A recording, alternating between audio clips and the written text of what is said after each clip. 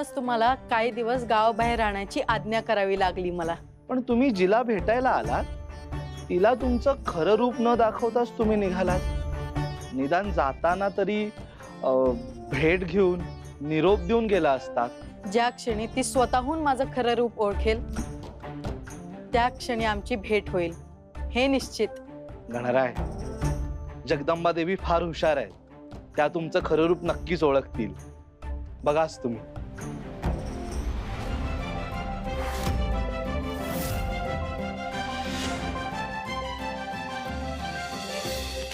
बघा, म्हटलं होतं ना, देवी तुमच्या खऱ्या रूपाला नक्की ओळखतील. त्या स्वतः इथं आल्या आहेत.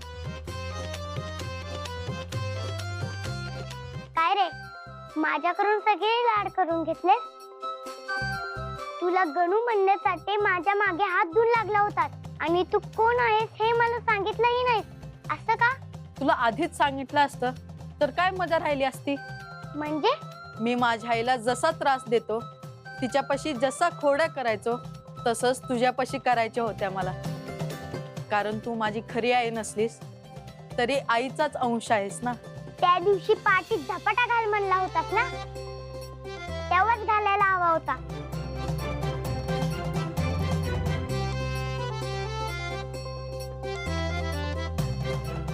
तो तर तू अजूनही घालू शकतेस. आज झपाटा नाही घालणार. आता मला तुझी खरी ओळख पटलीये. तू मला भेटायला आला होता, पण आपली भेट तशी पूर्ण झाली नाहीये गणू. म्हणजे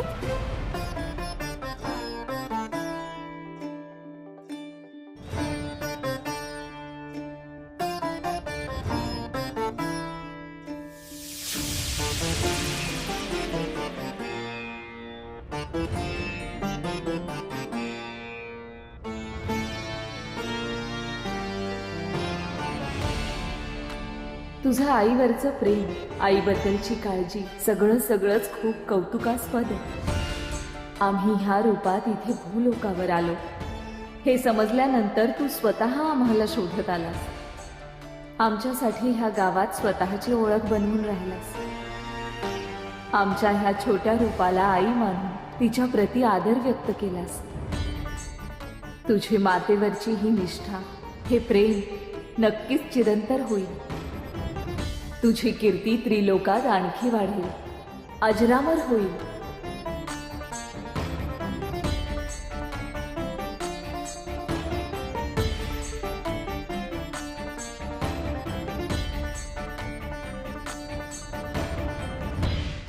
गणेशा भूलोकी गेल्याचं सार्थक झालं.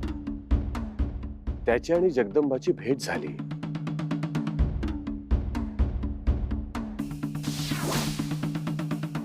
प्रणाम पिताश्री. गणेशा, तू आलास. मातेच्या भेटीचा आनंद तुझ्या चेहऱ्यावरून ओसंडून वाहतो आहे. तुझा देवी योगनिद्रेत आहेत.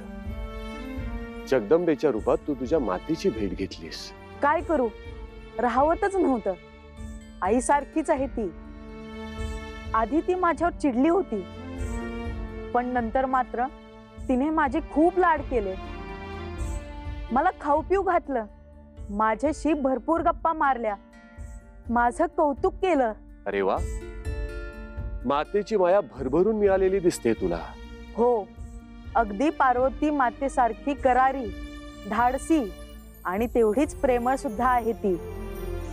मला बरं नव्हतं तेव्हा तिने माझी काळजी घेतली. तिचं प्रेम, तिचा राग, तिची काळजी अगदी पार्वती मातेसारखंच आहे.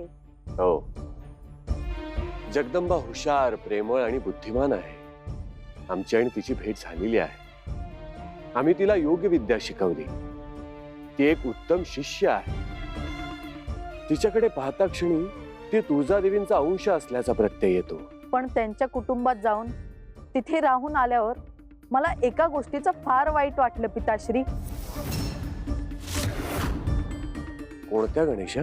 जगदंबेच्या घरी तिच्यावर प्रेम करणारे तिचे आई वडील आहेत. तिघे एकत्र जेवतात, राहतात, कायम एकमेकांच्या सहवासात असतात. अगदी सुखी परिपूर्ण परिवार आहे.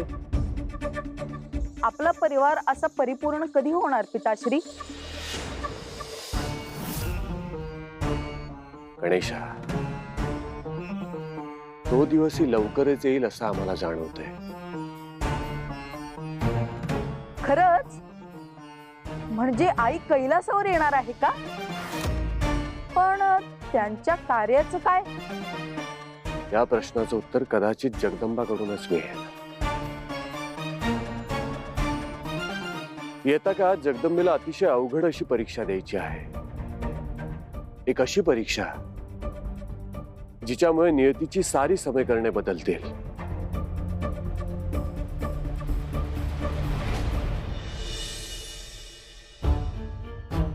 आज आपल्या कथेचा शेवटचा दिवस.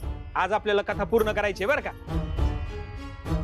पण हे काय, गावातले समधे गडी माणसं कुठे गेले? बायका तर समधे आल्यात, पण हे आपले जगन्नाथ अण्णा, किसन भाऊ, साधा भाऊ समधे गेले कुठं? रोज तर आनंदाने उत्साहाने येत असतात. वय वय, मी पण तोच विचार करत होते. काय हो सावित्रीबाई, ताराबाई, तुमच्या घरातले बापे कुठे गेलेत? येणार तर होते खरं तर, पण काय झालं काय माहित. आम्ही आलो आपलं लवकर निघून. आम्ही संध्याकाळी एका मोर निघून आलो. आम्ही मागणी येतो म्हटली होती. शेतावर इकडेच येणार होती सगळी. जनक बाबा, गावातली पुरुष मंडळी काही दिसली नाही. काय सांगता काय धनाजीराव? तर काय, अहो अख्खा गाव फिरून आलो, पण गावात एक बी पुरुष दिसला नाही. कुठे गेले कुणास ठाऊक. असं कसं? काही विपरीत तर नाही ना घडलं? समजे पुरुषच अचानक नाहीसे कसे झाले?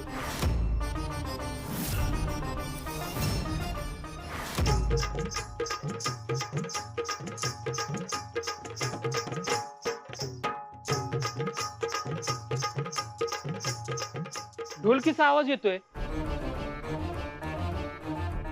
दुरून येतोय. हा, मला वाटतं येशीच्या बाहेरूनच येत असावा. चला बरं, काय भानगड आहे ते बघून येऊ. तुम्ही समध्यांनी इथंच थांबा, आम्ही बघून येतो. चला धनाजीराव, चला.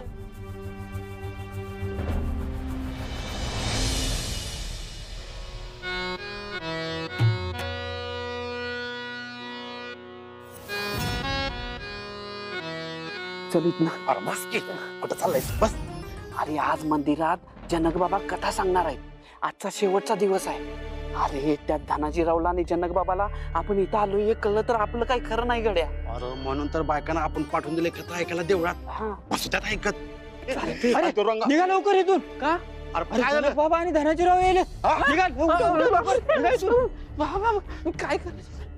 अरे सदा भाऊ, आता काय करायचं? थांब जरा, काहीतरी करतो. ओ दादा, इथून बाहेर झाला रस्ता कुठे आहे? अरे तुम्हाला तरी माहिती आहे का? इकडून अरे बापरे, चल. धनाजीराव काय हे? थांबा थांबा, मी पाहतो. ए थांबा रे.